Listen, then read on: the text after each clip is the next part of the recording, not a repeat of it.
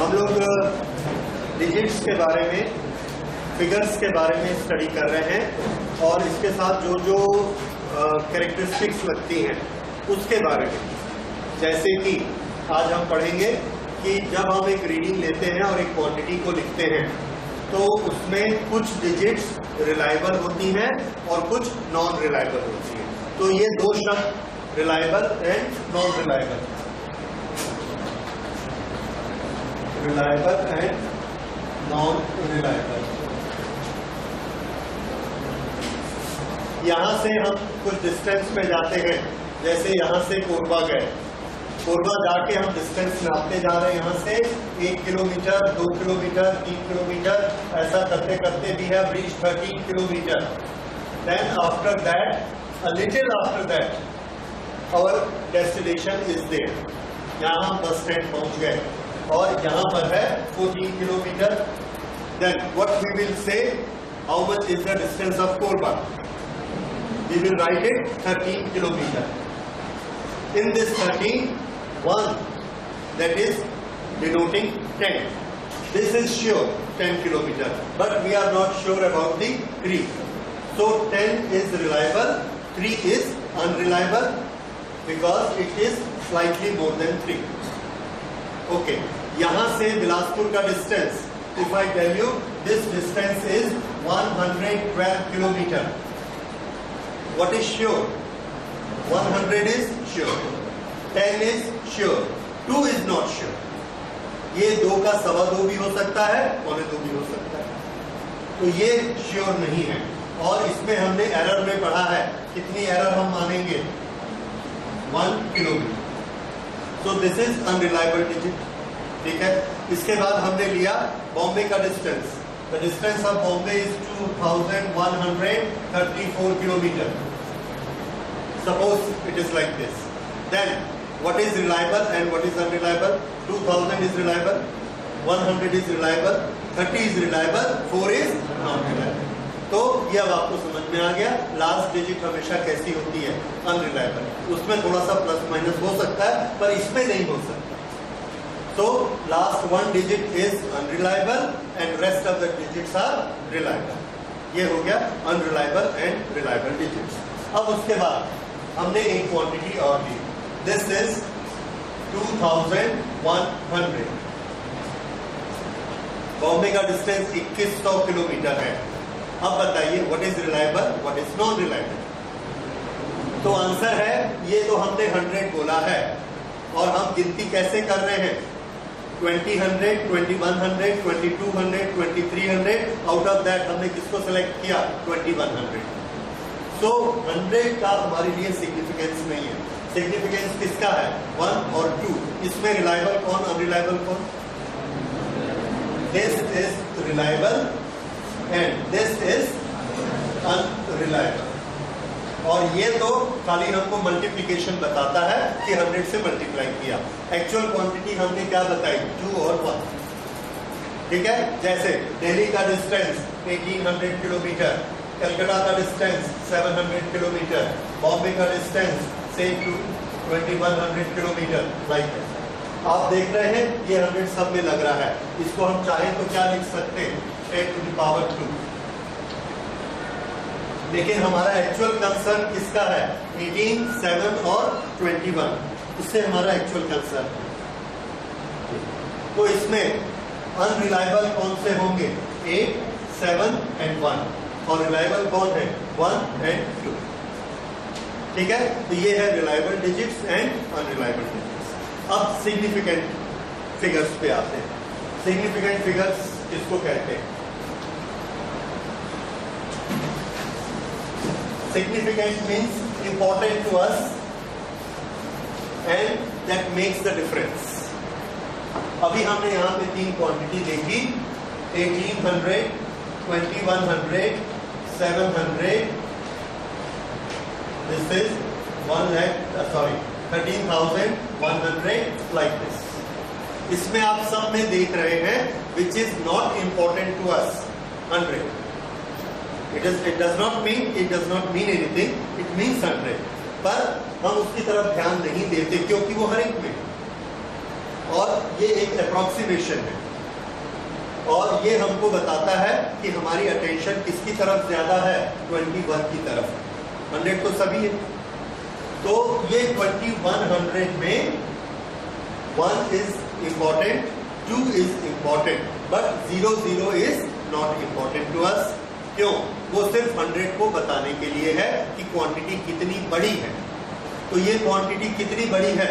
This quantity is in hundreds, सैकड़ों में बड़ी है।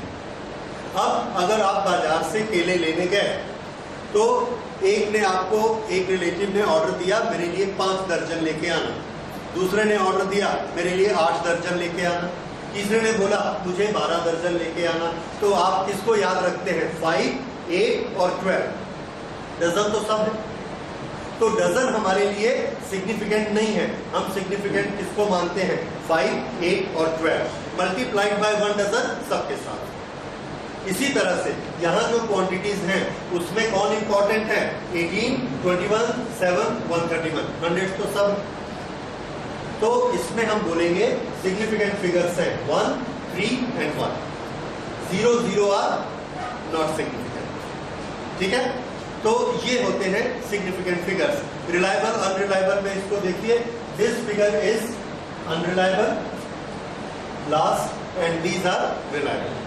So significant figures are reliable digits plus unreliable digit plus 1 unreliable digit. ये दोनों मिला के क्या बनते हैं? Total number of significant figures. अब एक क्वांटिटी है 125, इसमें 1, 2 और 5 तीनों फिगर्स सिग्निफिकेंट हैं। So how many significant figures are there? Answer: there are 3 significant figures. There are 3 significant digits. Now if I write 120, then I will say there are 2 significant figures. If I write 100, there is 1 significant figure. This only shows the magnitude, the order, the volume. So significant figure इसमें कितने माने जाएंगे? 1. इस तरह से significant figures कितने लेने हैं उसके लिए हमने छोटे छोटे रूल्स बनाए हैं। वो रूल्स अब आप नोट करिए, मैं आपको बताता हूं।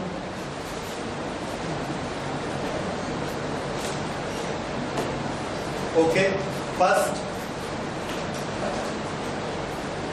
इसका टाइटल दीजिए rules for counting significant figures. Rules for counting significant figures.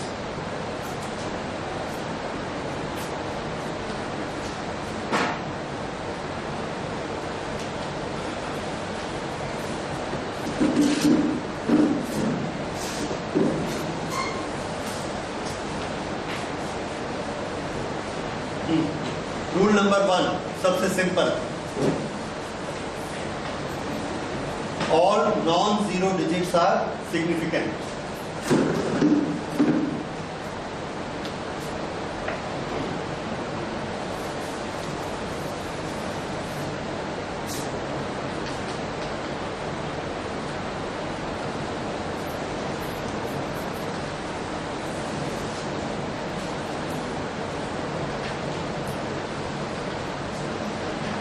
एक क्वांटिटी हमने लिखी 135,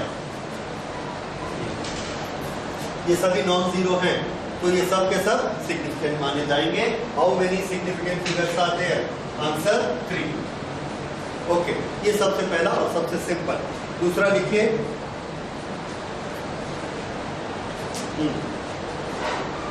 इन a whole number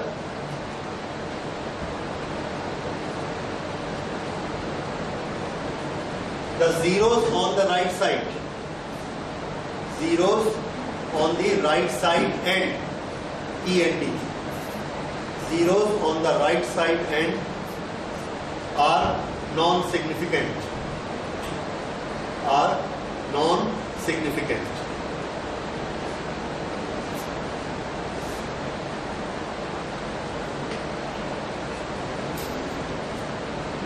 Okay. Zeros on the right hand side at the end, last में 0, 0, 0 जितने भी लगाते हैं सबको क्या मानना है? Non significant. तो सिग्निफिकेंट कौन कौन है? 5, 4, 3 and 1. कितने फिगर हैं? 1, 2, 3, 4. तो सिग्निफिकेंट फिगर्स आर 4. ये सिग्निफिकेंट फिगर्स इसमें 4 हो गए. ये दूसरा रूल समझ में आ गया. ये नंबर कैसा होना चाहिए? होल नंबर होना चाहिए. आगे देखिए, अगर होल नंबर नहीं होगा तो नेक्स्ट लिखिए, all the zeros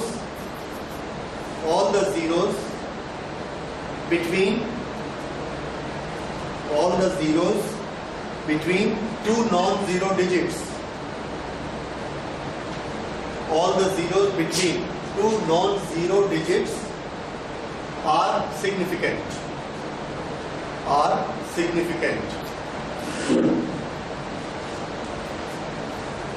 Okay. ये हमने लिखा 21, 0, 0. ये दोनों जीरो सिग्निफिकेंट नहीं है. पर अगर मैं इसको ऐसा लिख दूंगा तो ये जीरो इसके और इसके बीच में आया है. Now it is significant. अगर जीरो के बाद राइट में भी कोई डिजिट आ गया और लेफ्ट में भी डिजिट आ गया तो ये दोनों कैसे हो जाएंगे? सिग्निफिकेंट. अब इसमें सिग्निफिकेंट फिगर कितने हो गए? 1, 2, 3, 4, 5. So how many significant figures are? 5. ये एग्जांपल नोट करिए.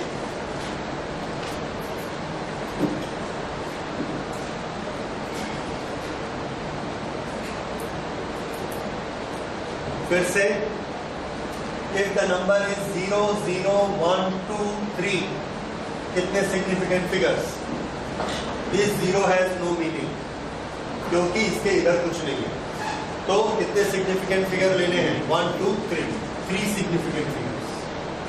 फिर से देखिए, 1, 0, 0, 1, 2, 3. अब कितने हो जाएंगे? 6, क्योंकि ये दोनों जीरो बीच में 6.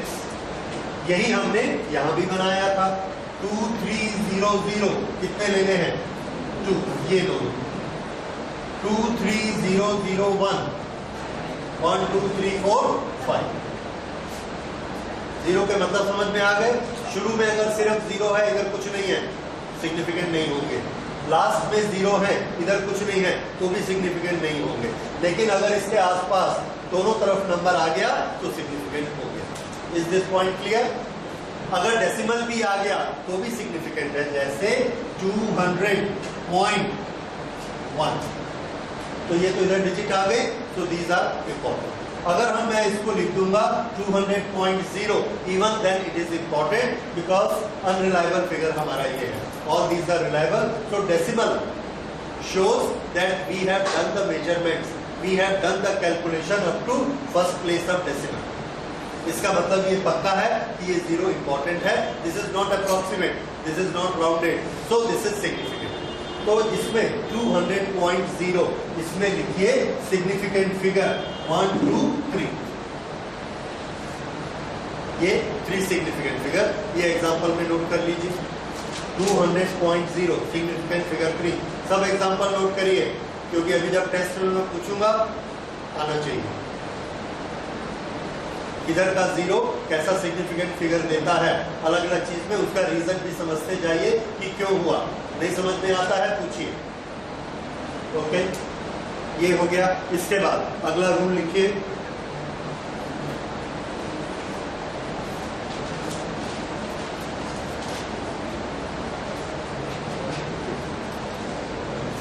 अब अगला हम लेते हैं डेसिमल्स के लिए.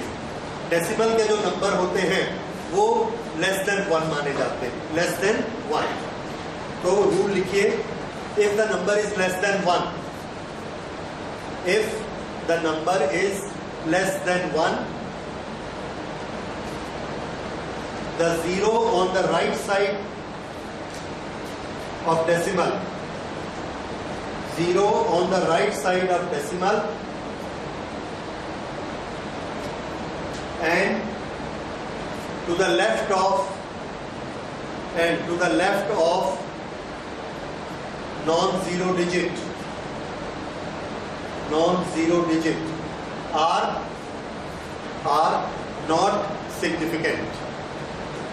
are not significant.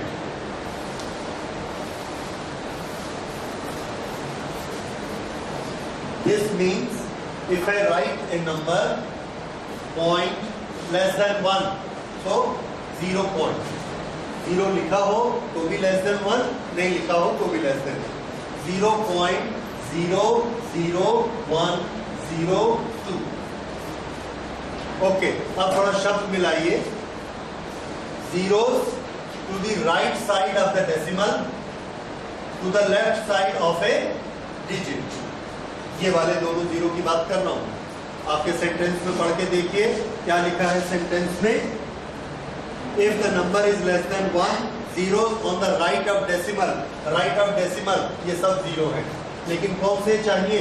To the left of first non-zero digit. यहां से जाते जाते जाते फर्स्ट non-zero digit कौन सा मिला? 1. तो इसके लेफ्ट में कितने जीरो हैं? 2. ये वाले नॉन सिग्निफिकेंट. ठीक है, these two are non significant. यहां से हम काउंटिंग शुरू करेंगे. अब इस जीरो को काउंट में लेना है कि नहीं लेना? आंसर है लेना है, क्योंकि ये दोनों के बीच है. ओके, तो 1 2 3. तो सिग्निफिकेंट फिगर कितने हो गए? 3.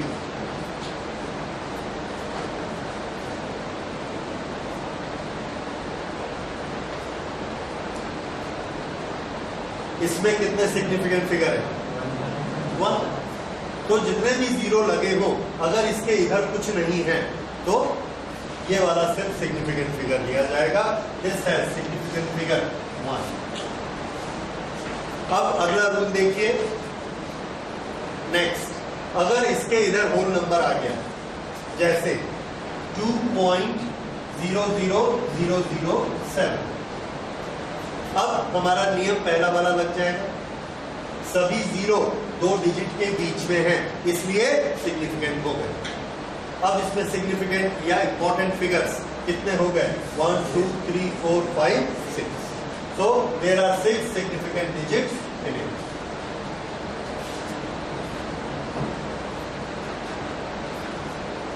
ओके, ये समझ में आ गया. अब एक बड़ा स्पेशल रूल है, उसको देखिए. 0.7 कितने सिग्निफिकेंट फिगर हैं? 1. इस जीरो को तो नहीं लेना क्योंकि इसके इधर कुछ नहीं. तो significant figure 1. If I right it 0.70,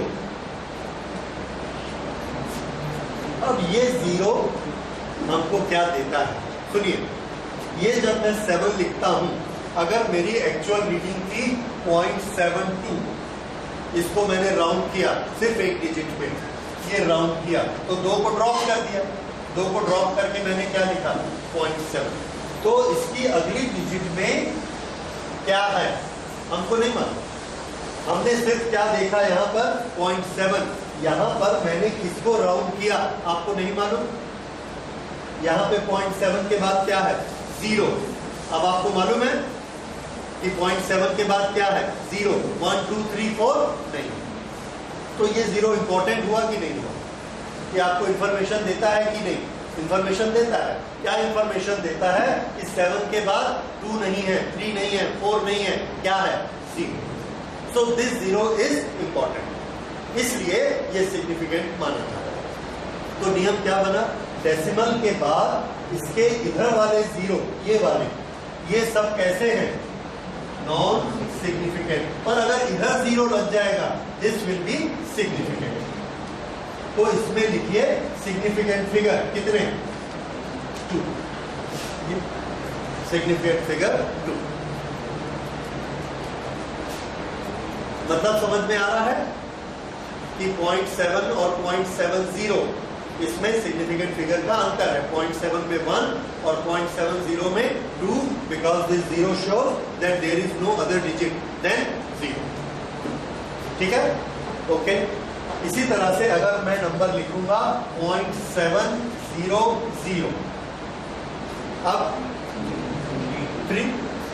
good. तो ये सिग्निफिकेंट फिगर्स के थोड़े से रूल हो गए. अब आप लोग को काफी कुछ इसमें समझ आ जाएगा और अभी एक्सरसाइज करके देखेंगे और समझ आएगा. एक और तरीका है, हमको जो भी लंबा चौड़ा नंबर दिया है, भले डेसिमल में है भले वैसे ही लंबा नंबर है, उसको आप यूनिटरी में चेंज कर सकते हैं, writing with the 10 to the power something. जैसे एक हमारे पास नंबर है 107234 इसको मैं क्या करता हूं 1 2 3 4 5 6 डेसिमल लगाया और इसको अब मैं क्या लिख सकता हूं 10 to the power 6 ये अब 10 to the power 6 लिखा हमने अब यहां पर इस जीरो का कोई इंपॉर्टेंस नहीं है दिस इज 1 2 3 4 5 6 तो इसमें सिग्निफिकेंट फिगर कितने लेने हैं 6 फिर से देखिए इसी चीज को 700 इसको हम क्या लिख सकते हैं 7 इंटू 10 to the power 6 कितनी डिजिट है 1 तो इसमें सिग्निफिकेंट फिगर कितने हैं 1 सिग्निफिकेंट फिगर 1 0.00003 इसको हम लिख सकते हैं 3 into 10 to the power 1 2 3 4 5 minus 5 ये कितने सिग्निफिकेंट फिगर है 1 तो इसमें कितने सिग्निफिकेंट फिगर लेने हैं 1 तो जब हम 10 की पावर को अलग कर देते हैं तो बाकी जो बचता है उसको काउंट करना है that gives the significant figure ये एक और तरीका है तो आप लोग क्या करेंगे इसमें 1.17 इंटू 10 to the power 6 इसमें कितने सिग्निफिकेंट फिगर हैं 3 इसको नोट कर लीजिए सैंपल सिग्निफिकेंट फिगर कितने लेने हैं 3 क्यों हम सिर्फ इसको देखेंगे इसको नहीं देखेंगे क्योंकि ये हमको क्या देता है ये लास्ट वाले 0000 देता है जिसको हम वैसे ही काउंट नहीं करते so this is 1.17 this gives 3 significant figures ठीक है तो अब थोड़ा बहुत समझ में आ रहा है सिग्निफिकेंट फिगर्स कैसे काउंट करने हैं अच्छा अब उसके बाद एक और चीज लेते हैं कि एक्यूरेसी और प्रेसिजन इसके बाद फिर से सिग्निफिकेंट फिगर पर आएंगे so we take the two words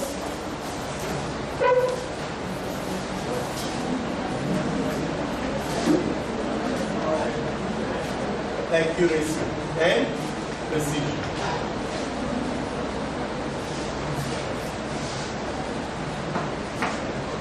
अच्छा एक्यूरेट और इसमें क्या अंतर है देखिए accuracy gives us the measurement which is very near to the true value which is very near to the true value जैसे g की वैल्यू कोरबा में सपोज 9.62 है हमने एक्सपेरिमेंट किए और हमारी वैल्यू आई 10.5 is it accurate no because it is far away from the true value अगर हमारी वैल्यू आती है 9.7 that is very close so I will say this value is more accurate then this value ये आप रोज शब्द use करते हैं so you understand what is meant by accurate close to the true value लिखिए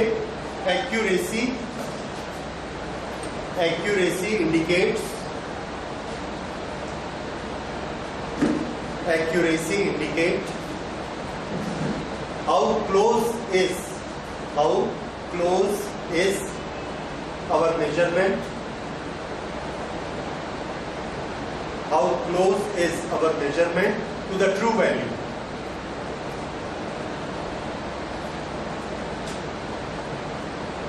how close is our measurement to the true value that is accuracy next लिखिए precision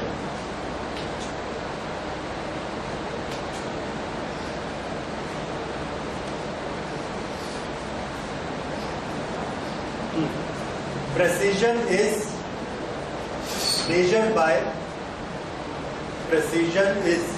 measured by least count of the measuring instrument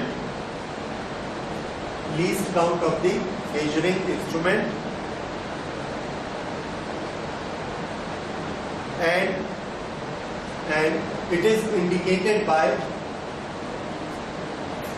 it is indicated by number of significant figures. It is indicated by number of significant figures in the value. In the value. ये है precision. Okay, दोनों को अलग अलग समझना है आपको, फिर हम दोनों को आपस में रिलेट करेंगे. यहां से बॉम्बे का डिस्टेंस कितना है?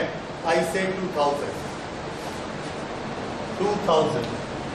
कितने सिग्निफिकेंट फिगर है? 1. कितने सिग्निफिकेंट फिगर है? 1. बाकी तो ऑर्डर बताता है कि थाउजेंड्स में बताया गया है. Significant figure 1. ओके, किसी ने मेरे को बोला कि भाई इसको थोड़ा सा और करेक्ट बताओ, एकदम 2000 है क्या? मैंने कहा नहीं, 2000 नहीं है, 1900 समथिंग. तो अब मैंने उसको फिगर दिया 1900. कितने सिग्निफिकेंट फिगर है? 2. अब ये बताइए कौन सी रीडिंग ज्यादा अच्छी है, 2000 की 1900? ज्यादा एक्यूरेट कौन सी लगती है? 1900. ठीक है. अच्छा, उसने बोला थोड़ा सा और करेक्ट बताओ. मैंने बोला 1940 के आसपास. ठीक है, 1940. कौन सी ज्यादा प्रिसाइज है? 1940 ज्यादा प्रिसाइज है. ये समझ में आ रहा है आपको? 2000 एक रफ फिगर था, 1900 उससे ज्यादा करेक्ट है. उससे ज्यादा करेक्ट क्या है? 1940. इसमें सिग्निफिकेंट फिगर कितने हैं? इसमें सिग्निफिकेंट फिगर 3. तो ये 3 सिग्निफिकेंट वाला ज्यादा प्रिसाइज कहलाएगा. क्या कहलाएगा? ज्यादा प्रिसाइज. अब बोले कि नहीं, तुम्हारा घर कितना दूर है? इस घर से, कोरबा वाले घर से बॉम्बे वाला घर कितना दूर है? हम बोले अगर एकदम हम कार में जाएंगे, किलोमीटर नापेंगे, this will come to 1943 kilometre. ये कैसा हो गया? और ज्यादा प्रिसाइज है. तो मैं इसमें क्या चेंज करते जा रहा हूं? प्रेसिजन. क्या चेंज हो रहा है? प्रेसिजन. इससे ये ज्यादा प्रिसाइज है, इससे ये ज्यादा प्रिसाइज है, इससे ये और भी प्रिसाइज है. ठीक है. जैसे आपने कहा कि टीवी कितने का आता है, कलर टीवी जो हम मार्केट में देख के आए, हमने कहा कि 10,000 रुपए ले आना, मिल जाएगा. आप बोले नहीं, उसको सही सही बताओ, पूरा 10 लाना पड़ेगा. तो दुकानदार ने कहा ठीक है, पूरा 10 मत लाना, 9,700 ले आना, काम हो जाएगा. तो 9,700 ज्यादा प्रिसाइज रीडिंग हो गई. उसमें कितने सिग्निफिकेंट फिगर है? 2. हमने बोला नहीं, मैं पूरा चेक लिख के दूंगा, कितने का दूं? तो बोले ठीक है, 9,750 का दे. तो ये और ज्यादा प्रिसाइज हो गया. कितने सिग्निफिकेंट फिगर हो गए? 9,753. तो आप देखते हैं जैसे जैसे सिग्निफिकेंट फिगर बढ़ते जाते, प्रिसाइजनेस बढ़ते जाती है. तो प्रिसाइजनेस किस पर डिपेंड करती है? Significant figure. ये उसका एक मेजरमेंट हो गया कि प्रिसाइजनेस हम किससे नापेंगे, कितने सिग्निफिकेंट फिगर्स हम यूज कर रहे हैं. हमने एक लाइन की लेंथ नापी और लाइन की लेंथ हमने लिखी 1 मीटर. दूसरे ने नापी, उसने कहा 1.2 मीटर. तीसरे ने नापी, उसने कहा 1.25 मीटर. चौथे ने नापी 1.247 मीटर. कौन सा ज्यादा प्रिसाइज है? सबको समझ में आ रहा है? 1.247 इज मोर प्रिसाइज. और इसमें सिग्निफिकेंट नंबर गिनिए 1, 2, 3 एंड 4. तो हमने दोनों को आपस में रिलेट कर लिया. प्रिसाइजनेस कब बढ़ेगी? जब सिग्निफिकेंट फिगर बढ़ते जाएंगे. यहाँ पर जो हम जिस स्केल से हम नाप रहे हैं, उस स्केल में बड़ी स्केल है. 1 मीटर के बाद 2 मीटर का निशान है, बीच में 0.1, 0.2 है ही नहीं. इसलिए हमको क्या नापना पड़ा? 1 मीटर. इसमें 0.1, 0.2 का निशान है, तो इसका लीस्ट काउंट कितना है? 0.1 मीटर. तो उससे हमने क्या नापा? 0.2. लेकिन इसका लीस्ट काउंट 1-1 सेंटीमीटर पर निशान है. 1 मीटर से 2 मीटर के बीच 100 निशान है. और अगर ये जो 100 काउंट है, उसमें से हमने कितने काउंट कर लिए? 25. तो 1.25. उसका लीस्ट काउंट कितना है उस स्केल का? 1 मीटर में 100 निशान, 1 सेंटीमीटर. लीस्ट काउंट छोटा हो गया. इसका लीस्ट काउंट कितना था? 1 मीटर. इसका 0.1 मीटर, इसका 0.01 मीटर और इसका 1 मिलीमीटर. दैट इज 0.001 मिलीमीटर तक ये नापता है। तो हमने नापा 1 के बाद 247 मिलीमीटर, वहां तक हमारी लाइन बनी हुई है। तो लेंथ हमने क्या लिखी 1.247, पर अगर वो मिलीमीटर का निशान नहीं होता, अगर वो होता ही नहीं, तो क्या हम 247 गिन सकते थे? नहीं गिन सकते थे। इसका मतलब हमको लीस्ट काउंट चाहिए। तो जिस इंस्ट्रूमेंट में लीस्ट काउंट जितना छोटा होगा वो उतना अच्छे से नापे। अगर आपके घर की घड़ी में, दीवार की घड़ी में सेकंड की सुई नहीं है, सिर्फ घंटे और मिनट की है, तो आप सेकंड नहीं बता सकते। आपको टाइम क्या बताना पड़ेगा? 8:19। लेकिन कितने सेकंड आप नहीं बता सकते।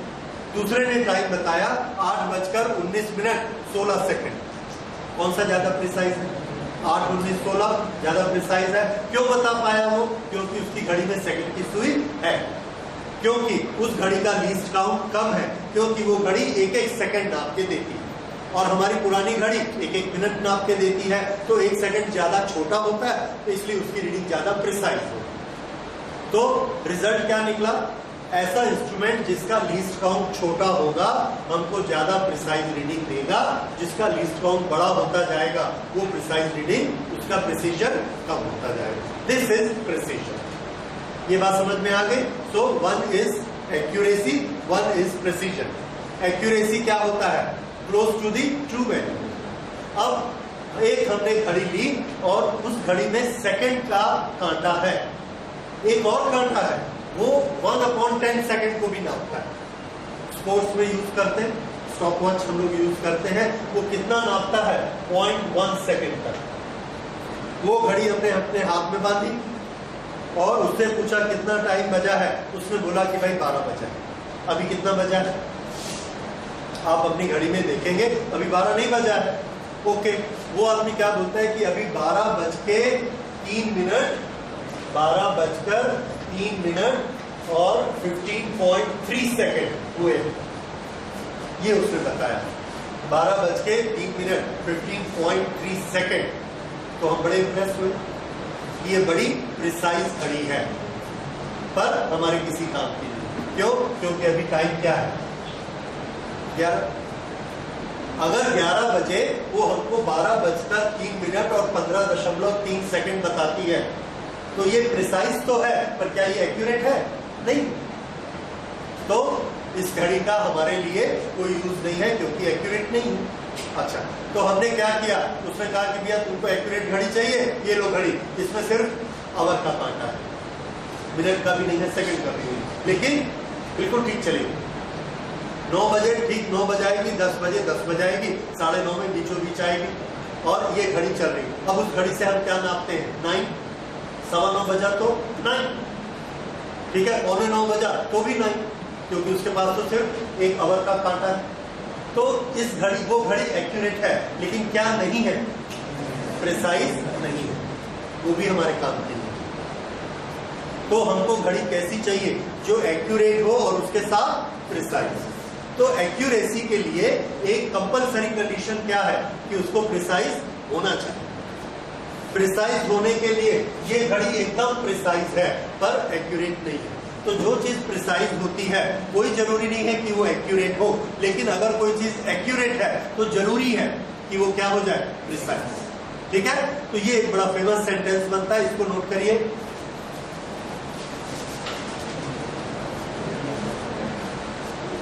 It is necessary that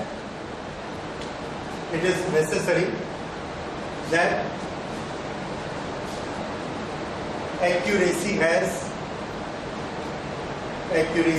has precision.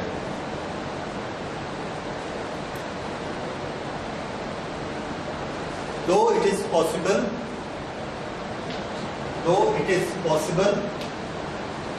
that a precise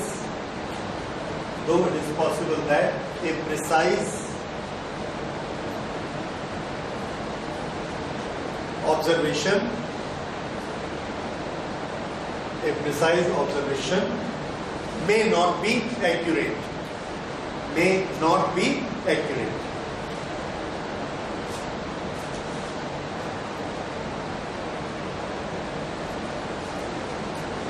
ठीक है, ओके। अब इसमें एक जोक सुनिए। एक घड़ी लेने हम गए, दुकानदार ने 2 घड़ी दिखाई।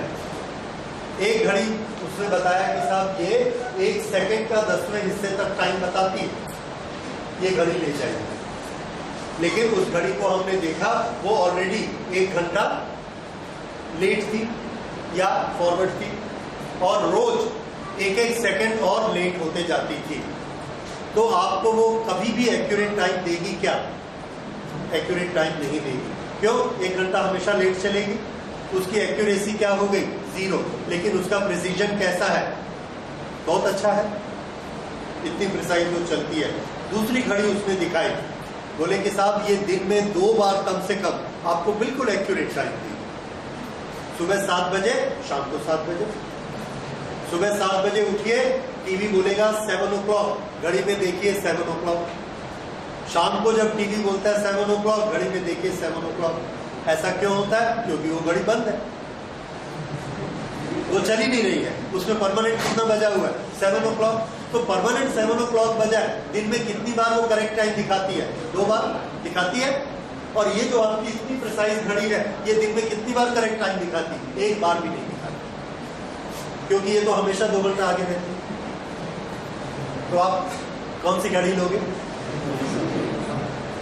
ओके, एनीवे, तो इसका आंसर है, इसका ये एनसीईआरटी का क्वेश्चन है, थोड़ा सा चेंज कर दिया मैंने। लेकिन आप कौन सी घड़ी लेंगे? तो इसका आंसर है हम ये प्रिसाइज वाली घड़ी लेंगे और इसका टाइम भी ला लेंगे टीवी से।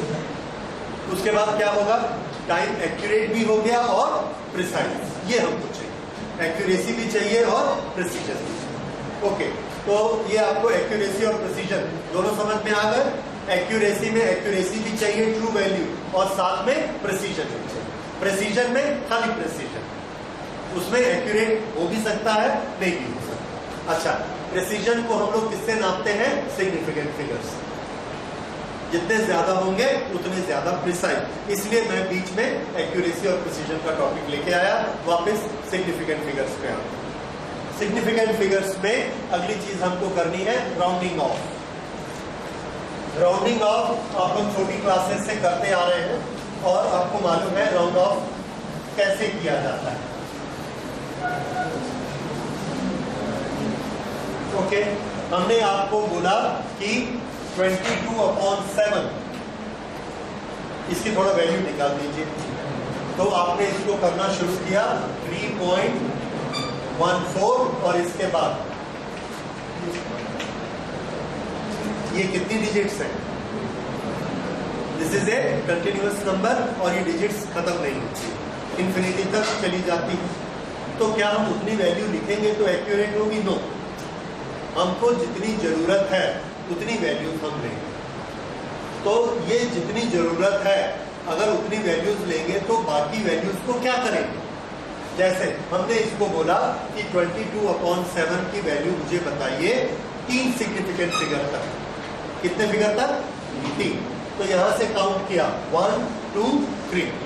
इसके बाद के फिगर हमको नहीं चाहिए। तो जो फिगर हमको नहीं चाहिए उसको हम क्या करते हैं?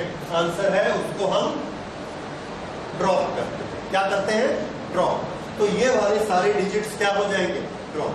अच्छा, ये वाला जो डिजिट है इसको बोलते हैं the digit preceded by the digit which is drop.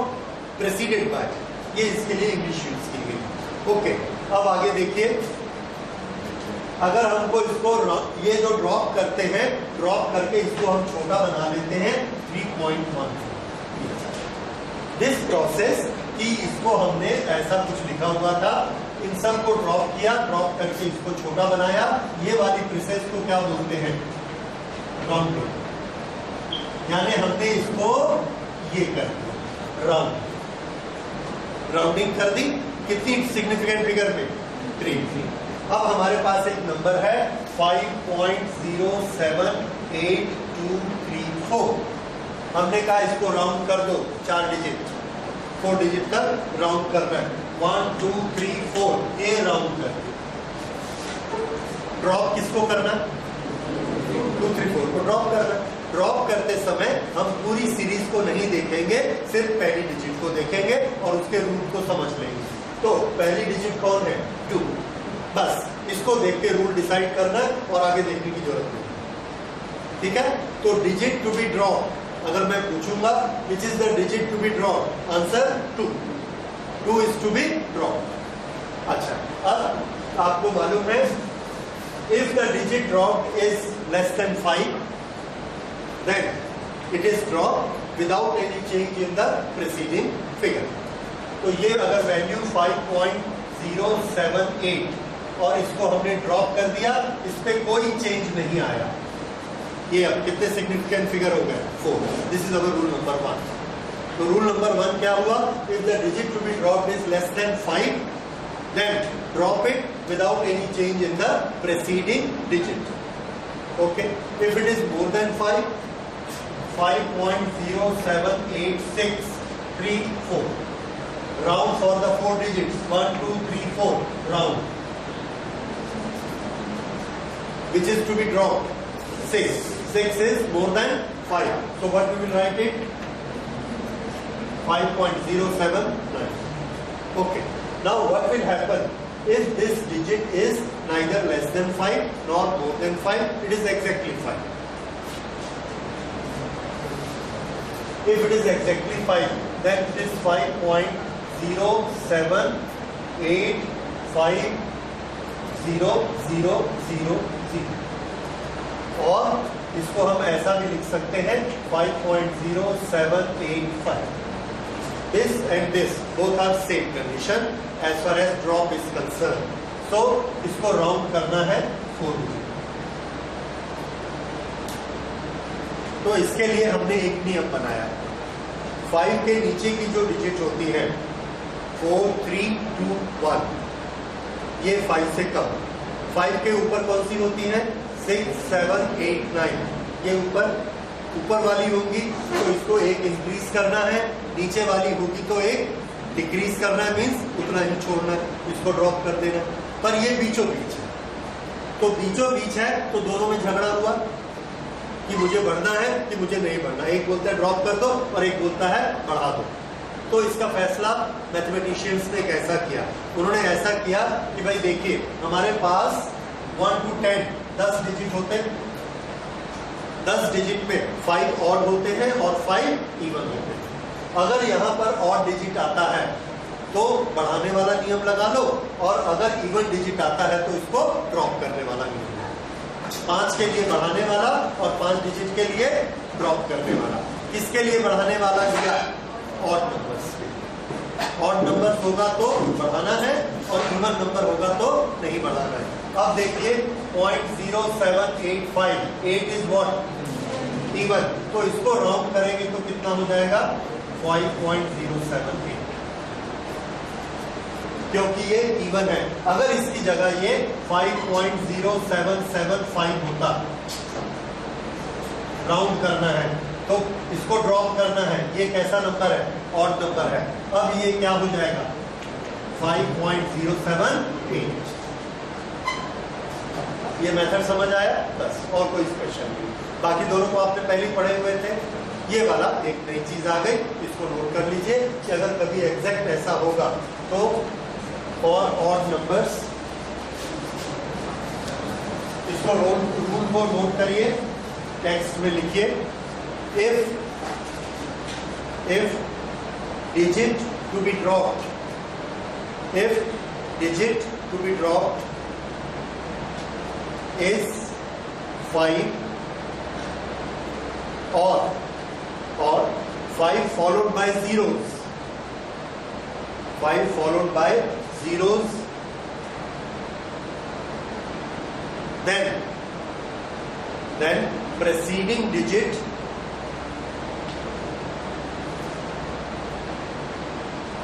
will increase by 1. Preceding digit will increase by 1 if it is odd. Preceding digit will increase by 1 if it is odd. Full stop. But there will be no change, but there will be no change in the preceding digit if it is even. If it is even.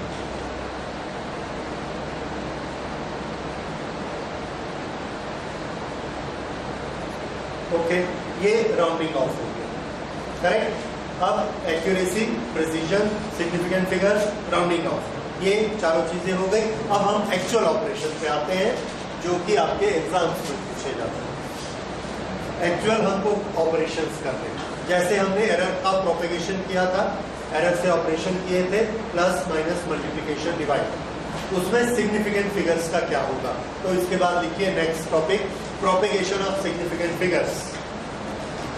Propagation of significant figures in mathematical operations.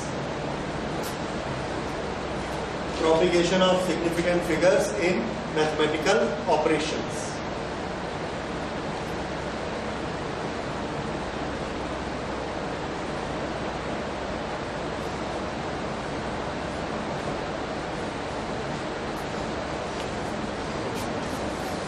इसको हम दो group में बांटेंगे, जैसा उसने किया था, plus minus के लिए एक रूल और प्रोडक्ट और डिवीजन के लिए एक रूल। पहला लेते हैं addition and subtraction.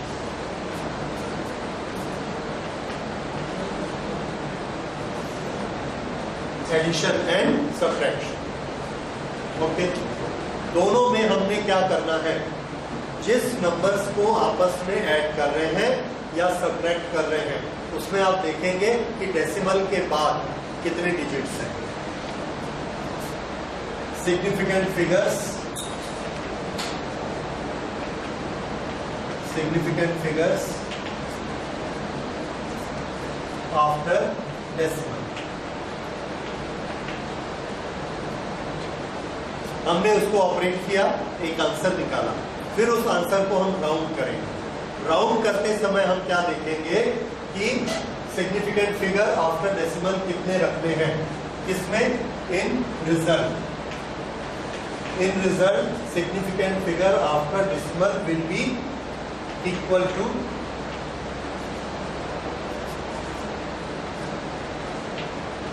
Minimum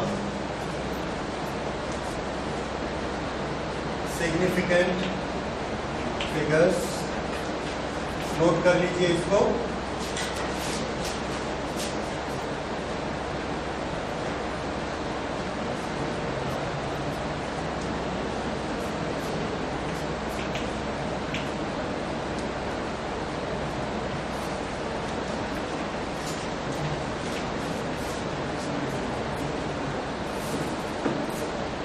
in any quantity that is added.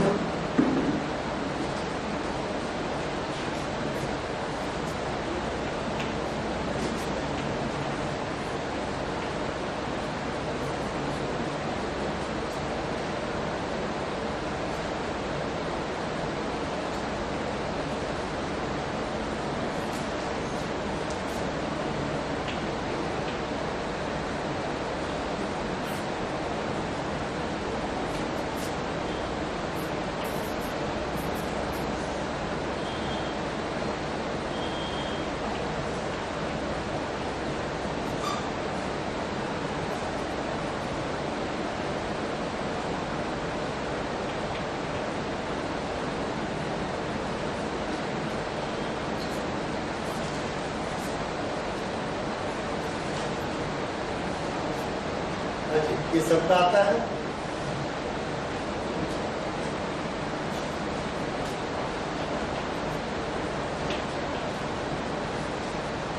अब जब हम इसका, यहां तक पहुंच गए सर,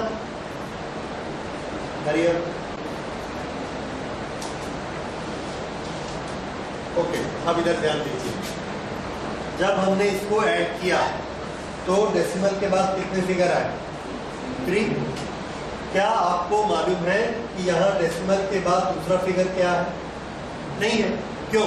क्योंकि किसी ने उसको राउंड करके छिपा दिया है। जब हमको मालूम ही नहीं है कि यहाँ पर दूसरा फिगर क्या है, तो हमारा ये एडिशन करेक्ट है कि नहीं है?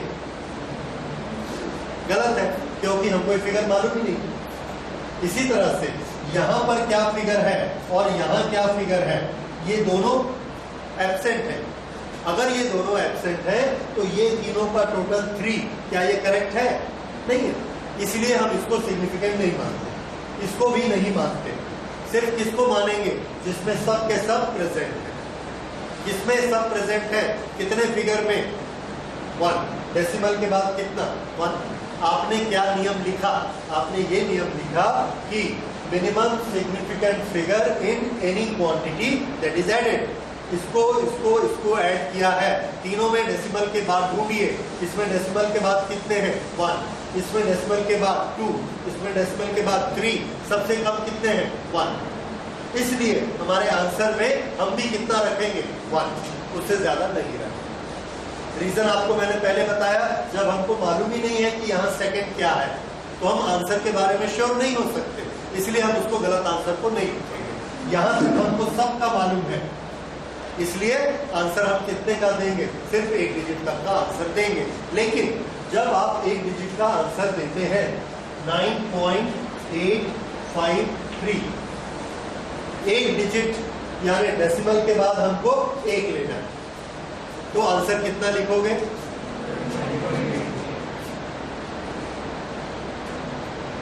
क्यों? जब आप 9.8 लिखोगे तो ड्रॉप किसको कर रहे हो?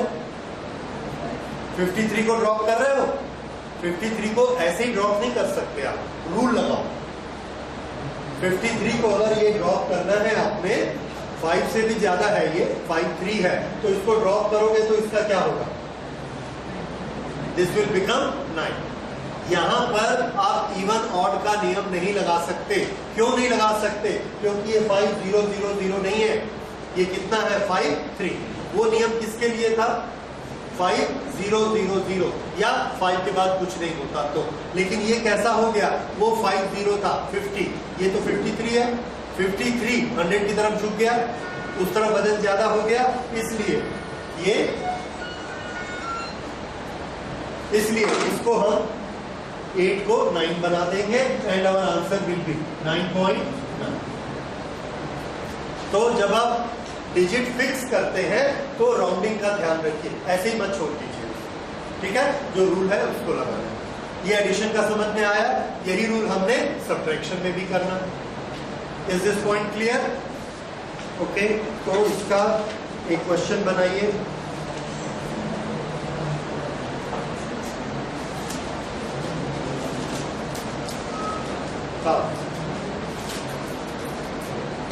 Add the 3 measurements. Add 3 measurements. 2.1 meter, 1.78 meter, and 2.046 meter.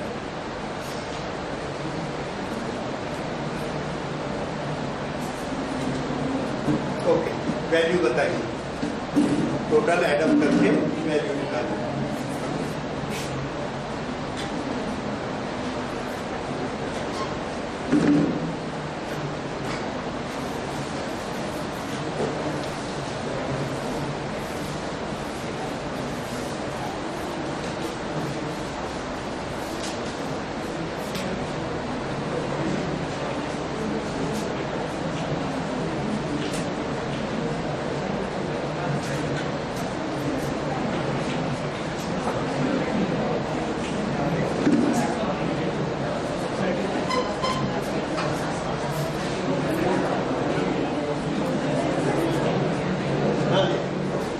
पहली चीज, कितने डिजिट रखने डेसिमल के बाद? क्वेश्चन में देखिए, कम से कम कितने हैं? 1। बस, इसलिए आंसर में भी हम कितने रखेंगे? 1। आंसर के बाद 1, ये नाम। ड्रॉप किसको करना है? 2 को, कोई कंट्रोवर्सी नहीं है, 2 एज इट इज ड्रॉप हो जाएगा। तो आंसर हमारा क्या आएगा? 5.9। ठीक है? तो ये हमारा आंसर आ गया 5.9 मीटर। तरीका समझ आ गया? ओके, इसमें आप बिल्कुल डरिए मत, संकोच मत करिए, बिल्कुल ठीक है।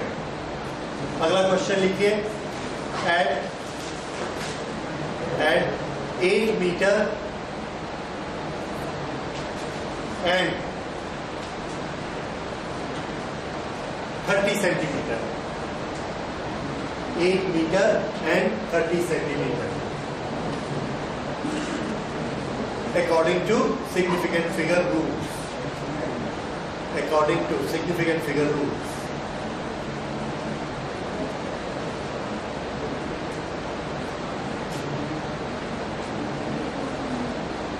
ओके, दोनों को ऐड करिए। मीटर है और 1 सेंटीमीटर है, तो सेंटीमीटर वाले को मीटर बनाइए। कितना बनेगा? 0. करेक्ट। तो पहले को आपने लिखा 8 मीटर, दूसरे को कितना लिखोगे? 0.3 मीटर। Is it okay? Right, add कर दो 8.3।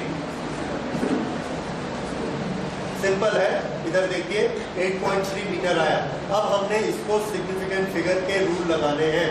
इसमें डेसिमल के बाद कितने फिगर्स हैं? एक भी नहीं है, 0। इसमें डेसिमल के बाद 1, तो मिनिमम कितने हैं? 0। इसलिए हमारे आंसर में भी डेसिमल के बाद कितने फिगर लेंगे? 0। तो डेसिमल के बाद हमको फिगर नहीं चाहिए, इसको ड्रॉप करना है। ड्रॉप करने का रूल क्या बोलता है? It is less than 5, drop it and answer will be 8। So 8 metre and 30 centimetre according to significant figure, answer कितना आएगा?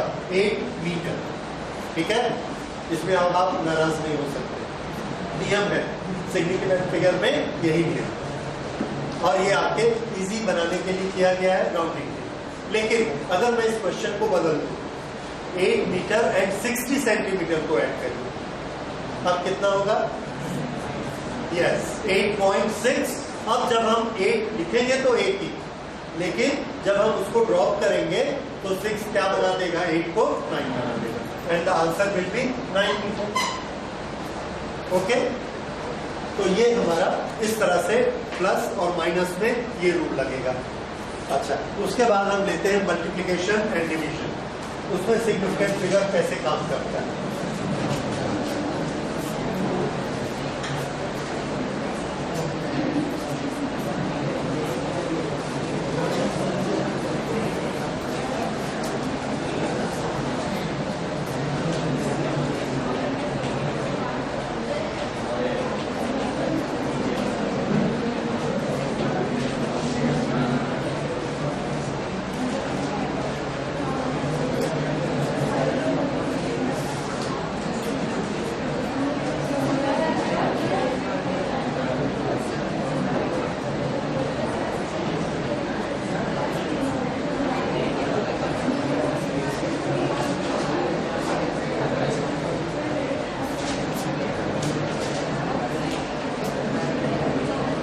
ओके, ये वाला हमने किया।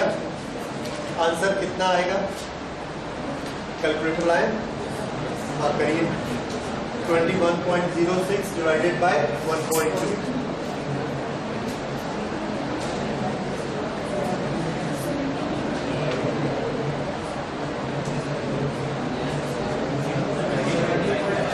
हाँ, 70.55। पूरा बोलो। 70.55। और उसके आगे बस क्यों?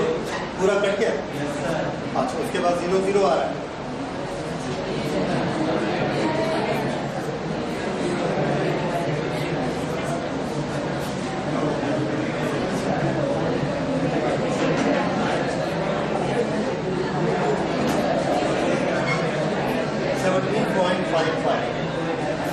ओके, इधर देखिए, ये आपका आंसर आया।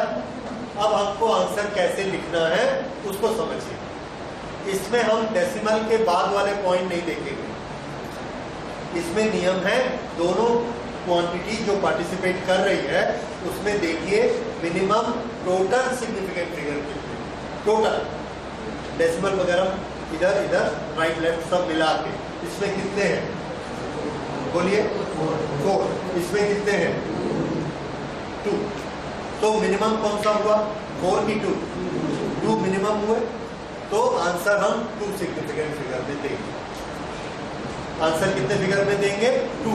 ये कौन से सिग्निफिकेंट फिगर है टोटल, खाली डेसिमल के बाद वाले नहीं। अब इसमें 2 सिग्निफिकेंट फिगर में राउंड करिए, इधर से गिनना शुरू करना है 1 2, यहाँ राउंड करना है, कितना हो जाएगा 18। This is our answer. तो मल्टीप्लिकेशन और डिवाइड वाले में हम डेसिमल वाला काउंट नहीं करेंगे, क्या करेंगे टोटल सिग्निफिकेंट फिगर्स, जो क्वांटिटीज पार्टिसिपेट कर रही हैं उसको देखेंगे। ये ऐसा है, ये ऐसा, अगर ये 1.21 होता तो ये हो सकता है ऐसा हमारा आंसर आता। फिर हम क्या करते 1 2 3, तो आंसर कितने में देते ये, तब हमारा आंसर क्या आता 17.5, क्योंकि इसमें टोटल कितना है 3।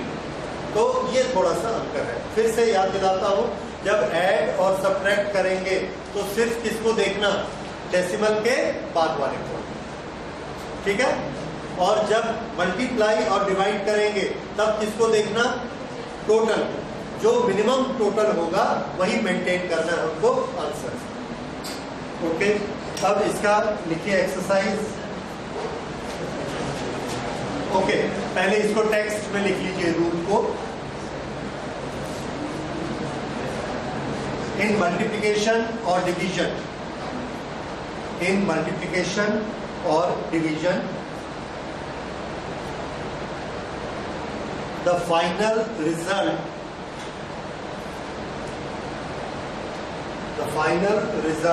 should retain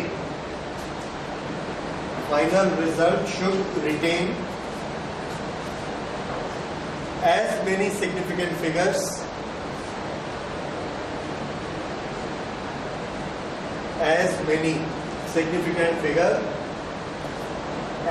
are there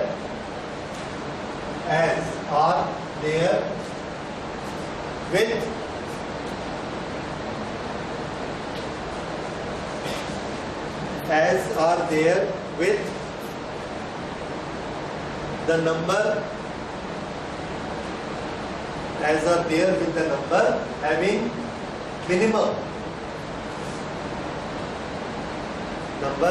minimum significant figures.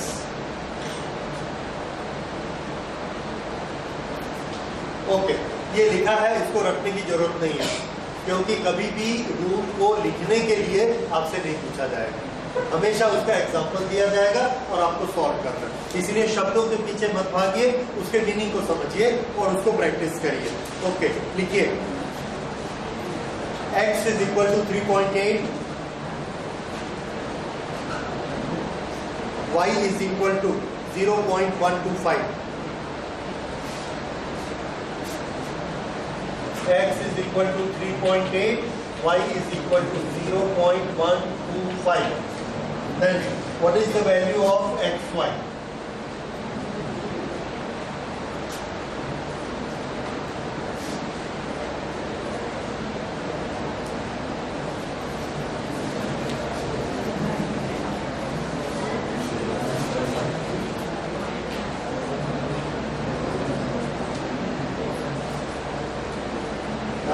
X y निकाला आपने, ओके, मल्टीप्लाई किया, कितना आया 0.475। आंसर क्या लिखेंगे? यस, इसको हमने चेक किया, इसमें कितने डिजिट्स हैं 2, तो इसलिए हमको आंसर भी कितने में देना 2, तो ये कितना आ जाएगा 0.48। अब ये देखिए 5 है और ये ऑड नंबर है, इसलिए एक इंक्रीज हो जाएगा, दिस विल बी 8, ठीक है। तो 2 नंबर चाहिए बोल के 5 को ड्रॉप नहीं करना है, ड्रॉप का रूल लगाना है, एंड द रूल सेज ये 7 8 हो जाएगा, तो आवर आंसर इज 0.48। ओके, उसके बाद लिखिए mass of a body, mass of a body is 4.237 gram and volume is 2.51 centimetre cube, volume 2.51 centimetre cube. Calculate density, calculate density. तो डेंसिटी कैलकुलेट करने के लिए हमने किया 4.237 टू बी डिवाइडेड बाय 2.51 और इसका मैं आपको आंसर लिख के दे रहा हूं, आप तो कैलकुलेटर से निकाल सकते हैं। This will be 1.6884780886। ये 10 डिजिट कैलकुलेटर से हमने इस तरह से निकाला।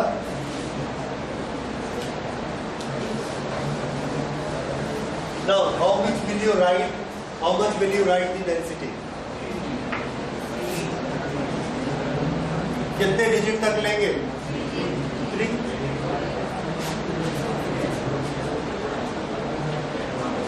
तो आंसर कितना आएगा? 1.69। करेक्ट। 8 को ड्रॉप करना है, नियम याद रखिए, 1.69। ठीक है, तो ये मल्टीप्लिकेशन और डिवीजन दोनों में हमने करके देख लिया।